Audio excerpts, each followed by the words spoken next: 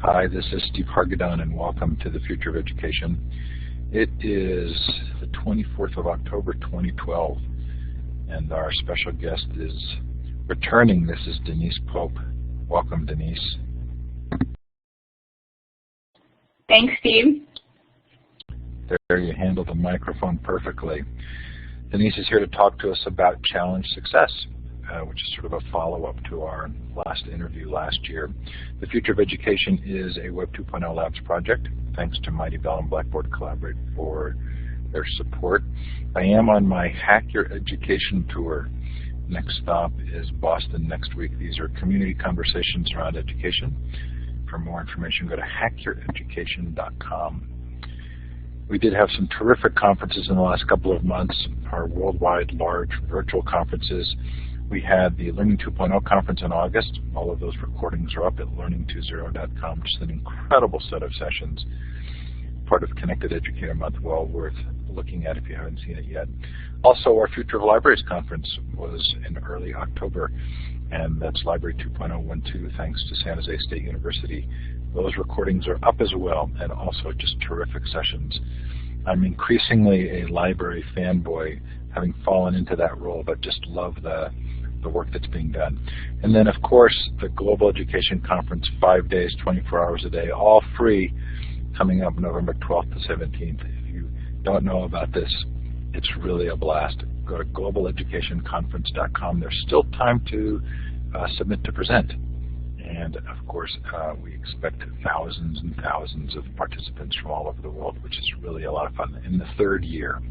If you are interested, we have some great interviews coming up tomorrow night. Jamie McMillan talks about her book on legendary learning, Famous Homeschooler's Guide to Self-Directed Excellence. This should be really interesting. It's part of my continued look at the world of homeschooling and the potential lessons for regular traditional education, in large part because of a lot of the language becoming very similar, and I believe there's a lot to learn there. Cal Newport comes back to talk about his new book, So Good They Can't Ignore You, to make the argument that we shouldn't be focusing on passions for students in the way that we're thinking about. Anyway, lots of fun there. Charles Hayes is new. That should be a lot of fun. I read a book of his from the 1980s and reached out to him, and he doesn't want to talk about that book. He says he's too ashamed to even open the pages anymore, but we're going to talk about his view of education, which I think is unique and valuable. If you've missed any of our shows, they are all recorded. Last night, Susie Boss talked to us about the innovative school, bringing innovation to school, empowering students to thrive in a changing world. That was really fun. Kirsten Olson talked about her book, Wounded by School. Blake Bowles was on before that on his book, Better Than College. Tom Vander Ark on Getting Smart. Anyway, over 300 recordings now up and available. Hopefully there's something there that's of value to you. This is when you get to tell us where you're participating from. Look to the left of the map for some icons. You're looking for the second one down, which is the star. Double-click on it and then place it on the map. I'm in Park City, Utah today, where it snowed 4 inches last night. It was just a lovely morning to wake up to. Hopefully there will be more snow in this ski resort town this year than there was last year. Feel free to shout out in the chat as well.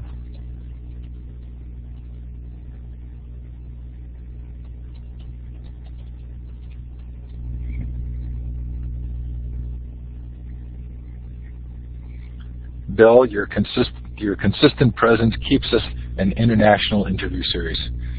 Thanks for being here. There's someone else there in Southeast Asia.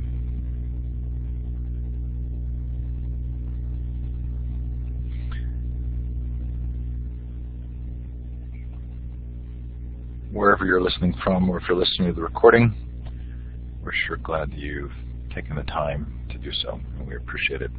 There is a Mighty Bell session for this room. Mighty Bell is Gina Bianchini's newest project. As I did for her with Ning, I'm her educational consultant, and I just love the work that she does.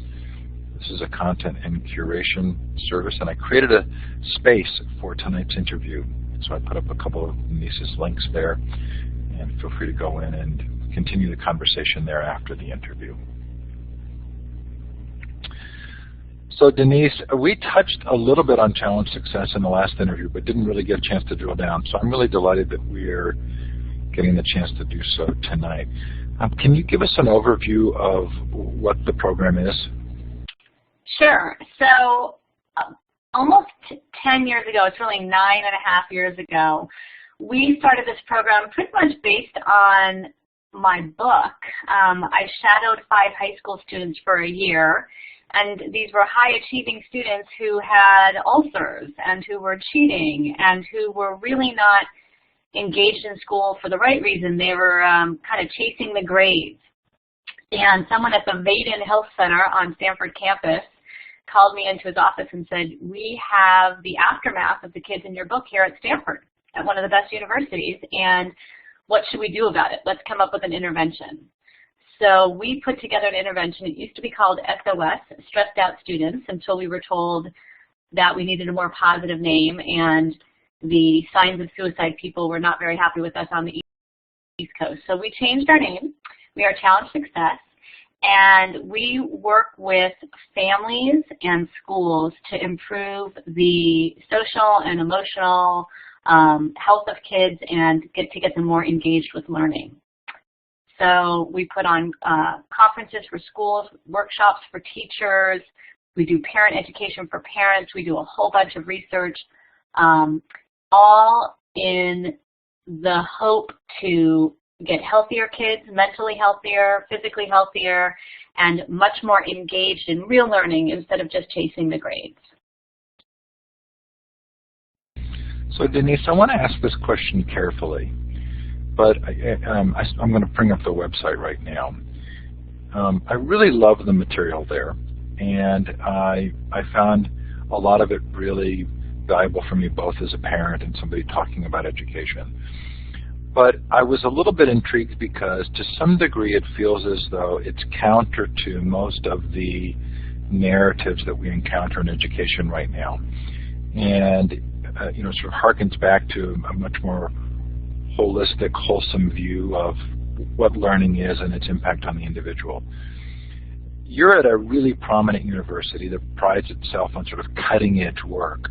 Do you ever find it awkward in terms of justifying the work you do with colleagues who are looking at much more esoteric topics? Yes.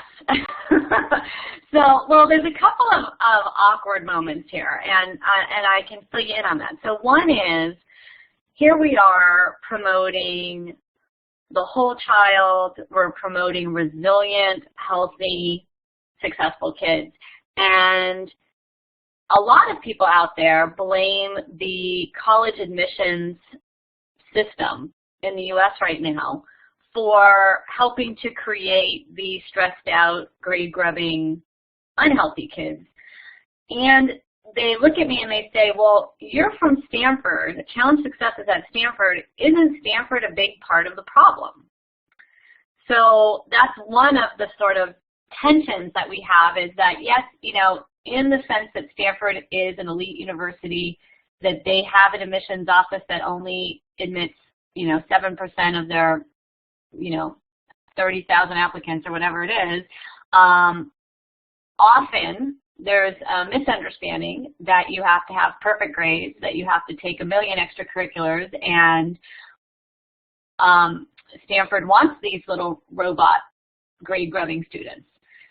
If you talk to Stanford admissions, that's actually not the case, but that's one of the myths out there. The other myth out there is, we're not competing with the global economy, and we're trying to get our test scores up in the U.S., and we want to hold more kids accountable, and schools are not being rigorous enough, and are you at odds with that, which was sort of your first question, Steve. And our answer to that is, if you really look at the literature, more and more people are saying we need kids with 21st century skills. We need kids who are creative, who know how to collaborate, who can think deeply and critically, who know how to solve interdisciplinary complex problems, and who, bottom line, are healthy and able to take care of themselves and be resilient. So we're actually not at odds with sort of the rhetoric when you go a little bit deeper. We are at odds with the let's get our test scores up for the sake of competing, because we don't necessarily believe that that's the case. And there's certainly professors at the university who will call me out on that, but there's others who are absolutely on our side saying, you're right, we need a workforce that's ready for the 21st century, and the kinds of skills that Challenge Success is espousing are the skills our kids need. So I don't want to oversimplify a complex topic, and these are my words, not yours, but I'm intrigued at sort of the political narrative around achievement and competitiveness, or let's say economic health of a country. Because it feels to me as though there's sort of an ABC pathway, and we're at point A and we want to get to point C, which is a healthy economy and success and accomplishment. And it feels like we often sort of bypass the B, which is giving individuals an ability to think at higher levels and to lead more fulfilling lives. But it feels like we kind of skip past that right to the international competitiveness. Does it bother you that oftentimes education is seen as helping the country rather than helping the individual? Yes, and yet I understand that philosophy. I mean, gosh, listen to the debates, right?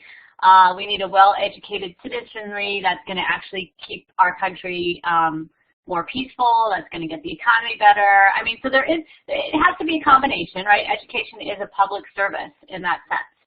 What bothers me more is this notion that we are confusing rigor, deep thinking, understanding the kind of workforce that we need with load or grades or test scores. So there's a lot of people who will say, just work the kids harder and we'll have a better citizenry. Or, you know, push more accountability, teach to the test, and all will be well. And that is leaving out a very important part, which is, wait, you know, the kids in Shanghai, and the Shanghai professors have said this to me. They're great at filling in bubbles. They're great at taking tests. They're great at thinking inside the box. Ask them to go outside the box, solve a rigorous, complex, interdisciplinary problem, and they fall apart. They will not compete. Okay, so why is the word success upside down in the logo? Well, so that's our little play on success, right? So we basically are saying, look, what some people think of the traditional version of success is get all A's, do well on your SATs, go to a great college, get a great job, make a lot of money. We're actually taking that notion of success and flipping it over. And we believe that success is broader than that. We believe that success is measured over the course of a lifetime, not at the end of a semester or at the end of when you're 18 as to what college you get into. So that's why it's flipped. We're challenging the you know, sort of old traditional model of success and saying that's not real success. Real success is a healthy, creative, passionate, collaborative thinker who knows how to do more than pass standardized tests. So you mentioned the admissions office, and you and I both know that I have some vicarious history there, right? My father having been dean of admissions at Stanford when you were admitted, as well as when I was admitted. So I know admissions offices get blamed. I'm also very interested in the role of parents here. And we talked to Kirsten Olsen last week about her book, Wounded by School, and she sort of had this list of things that parents could do, not unlike the list that you provide in both of your white papers for parents. And one of the questions that I have is, to what degree are parents complicit in this? Meaning, to what degree are their expectations some of the ones that are driving these views of success? And is it possible that it's that the parents are a large part of this? Yes. So we're now up to working with about 100 schools, and that translates into thousands and thousands of parents that we've worked with. We also have a survey that we give out to schools, and the students take the survey, and they have to rate how they perceive their parents' expectations. And it depends on middle school versus high school, but at the high school level, many of them in our schools that take the survey feel that they cannot meet the expectations of their parents. And what we know is if you feel you can't meet those expectations, you actually are less healthy. You show greater signs of stress, greater signs of mental issues and whatnot. So we build in parent education because we know that the parents are absolutely a part of the issue here. They're a part of the issue causing stress on their children. They're a part of the issue that is causing schools to actually change some of their policies as they bend in reaction to parents who really aren't the experts here. But they come in swinging some powerful, clubs, and the schools feel like, well, maybe we should give more homework. Even though we know it's developmentally appropriate for a kid not to learn to read until the end of first grade, our parents get uneasy when the kids aren't reading in kindergarten. Maybe we should start having kindergarten feel a lot more like first grade. So what we hear from schools is they're often giving in to parents, and parents are pushing them. At the very same time, we hear the exact opposite, which parents are saying, the schools aren't listening to us. We want a healthier kid. We want more family time. We want deeper learning. We want less busy work. And so we really hear both sides, which kind of makes us unique because the point of our intervention is we get the parents and the kids and the teachers, the administrators, everyone together at our conferences to make change. So parent education, it plays a very, very important role in helping parents to understand the myths out there that, even just something as simple as it's okay to not know how to read when you enter first grade. It could be absolutely developmentally normal, as it was for 2 of my 3 kids. And also myths around, you do have a say in school. You can be an active advocate for your child if something is going on in school that you really believe isn't right. So it goes both ways. So I think I was introduced to you through Vicki Abelli's movie Race to Nowhere, and then we had our interview, and so maybe I've been aware of your work for 1.5 years to 2 years. In that course of time, are you seeing changes that you feel are encouraging in terms of the results of not only just the results of the work that you're doing, but in terms of the larger views on education, or how would you characterize the progress that's being made? That's a really good question. I mean, I do see changes that are making me optimistic for the future. I do see more people having discussions and dialogue about whole children and what do kids need, not just in terms of academics, but in terms of social and emotional learning.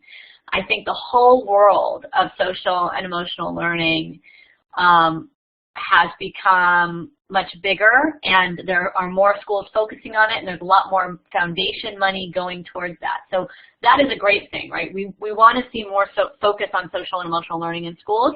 We want to see more dialogues around things like creativity, collaboration, 21st century skills. A lot of people are talking about that now. Fewer people are actually doing specific things about that, but I am, buoyed by seeing much more dialogue. I also, quite frankly, am pleased that people are talking about countries like Finland and Singapore, and I have a lot of these students in my graduate courses, from the Ministry of Education in Singapore, for instance, countries that have been focusing on this for a while, that I would say that get it, that know what it means to teach kids to think deeply and critically, and how to train teachers to do project-based learning. And I'm really excited to see the new assessments that are supposedly coming out for the Common Core that are going to be much more task-oriented, much less recall memorization-oriented. So I am optimistic about the things I'm seeing. At the same time, there's just a lot of stuff out there that makes you kind of want to cry. So things that we know don't work, that people are still kind of pushing and making our schools do. There's a,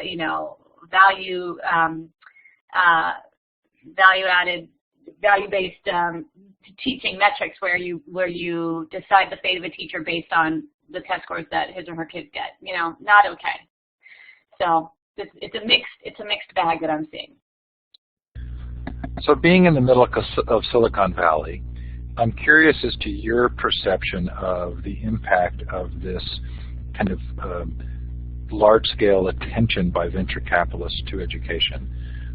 One of the things that we've talked about on the show is the way in which building independence and critical thought are not necessarily outcomes that give a financial reward to an organization. So a lot of the startups that we see are built around things that promise some form of profitability.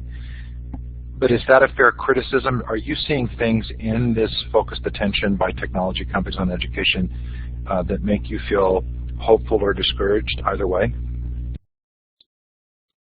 Well, I mean, I do think there's a bunch of people out there who want to make a whole lot of money. And some of them are doing that with maybe not the best interest of the kids in mind. Some of them are doing that because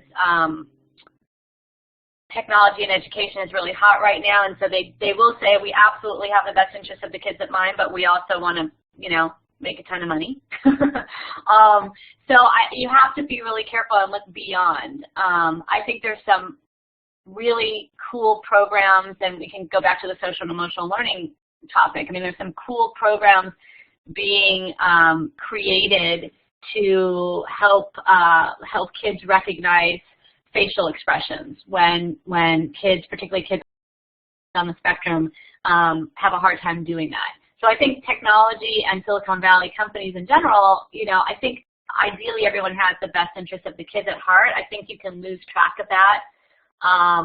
And you can also get off on fads. I mean, we see that in education all the time. And, even something like the flipped classroom, which I think has a lot of potential when done well, we can see that it also does a lot of harm when not done well. So like anything, you have to be really careful. And I think one of your folks wrote here, it's about the teachers and it's about training the teachers. Absolutely. So there's no app or piece of technology that's going to be used, that's going to be the panacea without the teachers really understanding deeply what its value is, what its purpose is, and how to use it to be more effective with kids. There was another comment in the chat earlier by Kent who asked about how we might expect teachers to have the time and training to give students in the traditional classrooms effective emotional support. It does feel like we're hearing a lot about scaling, especially at the higher ed level with MOOCs, and also in terms of even people like Thomas Vander are talking about how technology will reduce the number of teachers needed to help students. Is it your sense that the technology does actually promise that kind of scaling, or are we missing the boat? Do we need to be thinking more about making time for teachers to spend with individual students? I mean, I think you're always going to need both. I have students right now in my courses that are studying blended learning, which is when kids are, 100 kids in a huge kind of lab, which is a computer lab, and they are working at individual paces, and then there's also, the reason why it's called blended is there's also teachers who are pulling out kids to work in small groups on math when they need some individualized instruction. What I'm finding is, 100 kids in a lab, there's a lot of nothing going on in some of those computers when there's not enough adults really going around and checking and supervising. But even they realize that you need to have these small pull-out groups. So I think technology can replace some things, but when it comes to the sort of deep understanding and rigorous learning and working in groups and collaborating and that kind of stuff, we're always going to need to have some sort of social interaction, whether it's peers to peers or teachers to peers. I do want to kind of drill down on the two white papers that are up on the site. But before we do so, I wanted to talk a little bit about policy, kind of issues. So you mentioned the debates. I think many of us have watched the debates, and without getting too political here, it feels as though certain things don't get addressed at all, which are critical issues. But it also feels like the position of the two parties on education are not that far apart. If you could wave a magic wand and talk in terms of policy decisions, how would you want us to be thinking about education at a larger policy level? Well, my colleague Linda Darling-Hammond probably could answer this way better than I can, but I do subscribe to what she and others at Stanford School of Education believe, which is, and one person, I think Kent just asked, why is value-added assessment a bad thing? There's certain things that we're seeing happening right now that really need to change. You need to put more resources in toward teacher training and teacher education, because at the core, you're always going to need a trained professional cadre of educators. If I could wave a magic wand, we would have much higher standards and higher resources going towards teacher training like they do in some of those countries that I mentioned, Singapore and Finland. I would wave the magic wand and really do away with the kind of high-stakes testing that we've seen in the past. The jury is still out for how the new assessments for the Common Core are going to come down, but what we've seen in the past is really these tests are not great at measuring the kind of skills that we want kids to have, and the stakes are so high that they're actually having some unintended effects on some really good schools. There's a great school in my neighborhood that's been put on probation. All the teachers had to be trained in direct instruction, which is really kind of an old school model, to teach to the test. That is exactly the opposite of what should be happening. We want to see much more of the innovative kind of project-based learning, authentic assessment. On our website, we have a little mnemonic aid called SPACE, S-P-A-C-E.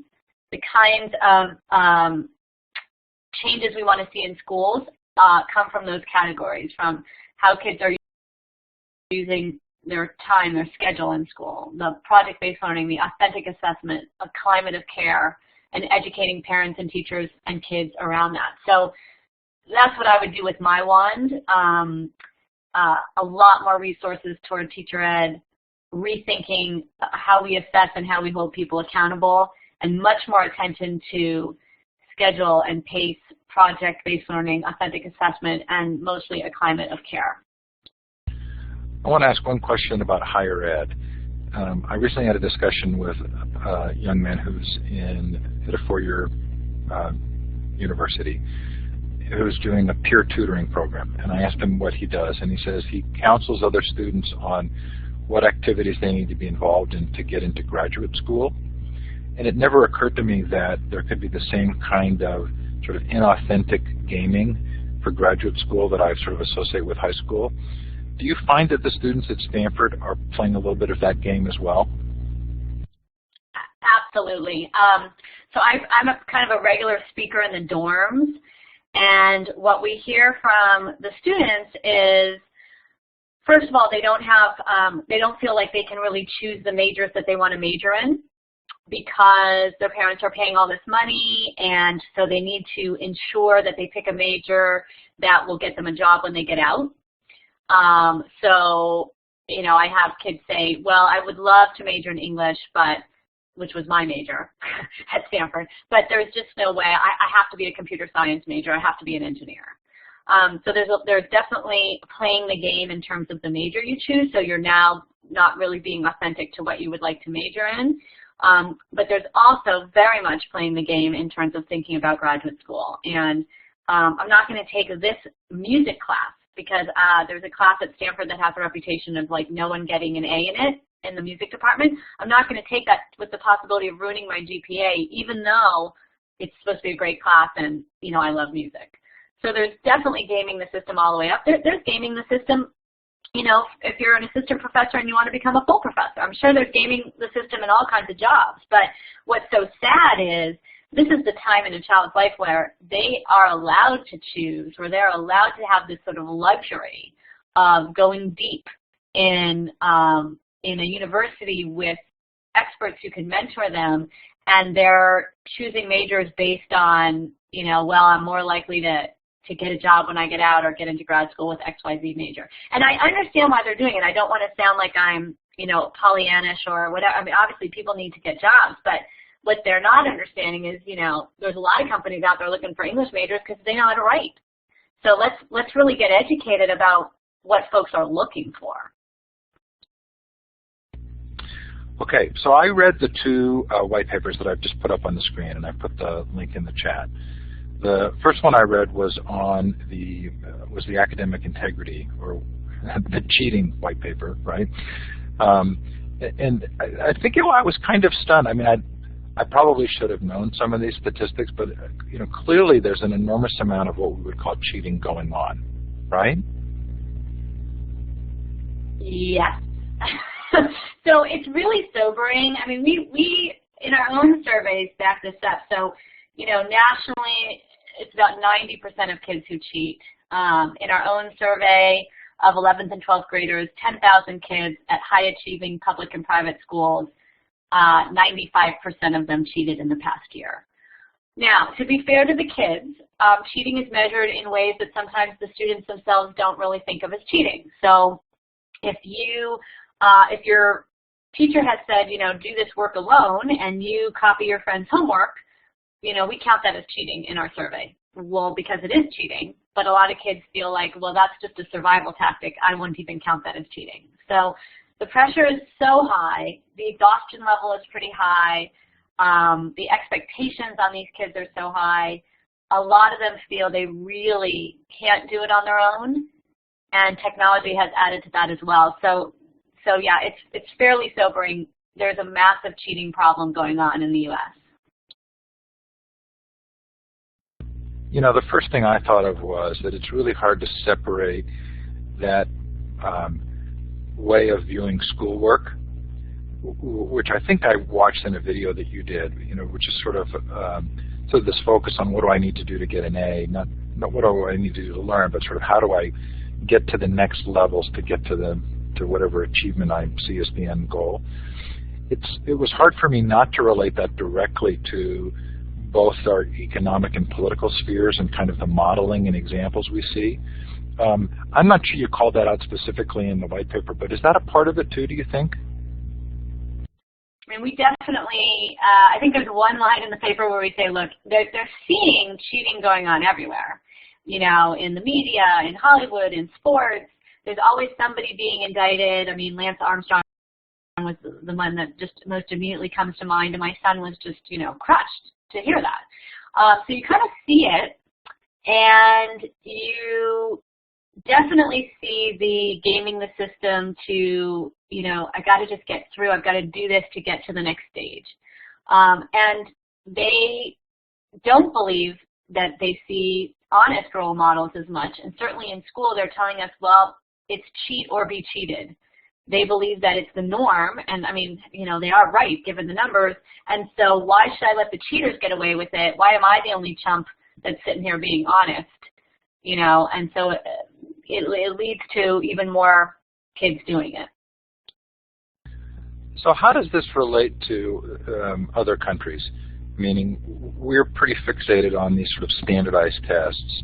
And does this relate to assessment methodologies? And in other countries that have different assessment systems, do you find that do you even know if there are different statistics around cheating? That's a really good question. I mean, well, what we do know is in the Asian countries, and particularly China, they have extremely high cheating rates. In a lot of things. I mean, even in just everyday culture, you know, my daughter is a diver, and we had the Chinese team come, and they were diving, and the kid said, well, which is the judge that you paid? You know, and we say, well, no, you don't pay the judges in the U.S. So, I mean, I think that's sort of pervasive in some of the cultures. What you don't see in Finland, I don't know about Singapore, but what you don't see in Finland is a lot of cheating because there's a lot of collaborative learning. There's a lot of time to revise and correct mistakes. It's actually considered normal and actually good to make mistakes and learn from them and move on. So it's not so driven on, well, I've got to get all the answers right. In fact, when you turn in your homework and you have a lot of answers wrong, that's a sign to the teacher that they've got to kind of do some different teaching. And what happens in the U.S. is the parents correct the kids' homework, so they can't even use it. Teachers can't even use it as a gauge for understanding. So I don't know the numbers in some of the countries that are trying the innovative practices besides Finland. I do know in some of the Asian countries, the cheating rates are extremely high as well. I think we need a term for the constant kind of reviewing of Finland. I certainly am guilty of this, right, which is I'm constantly kind of pointing to Finland on homework and school time and teacher pay and everything else. It's almost like we need some phrase that we can use to identify, well, we're going to use Finland as an example. Is that an appropriate, do you think that our focus on Finland is appropriate? Well, I mean, yeah, Finland envy, right? Well, I mean, there's definitely people, and myself included, who say, look, it's a very small country, it's very homogenous. It's quite unfair when people make comparisons. I do think we can learn from some of their very impressive models. We already are learning. The contingencies are going from Stanford to Finland and back and forth. You know, already this time of year, several trips have been taken.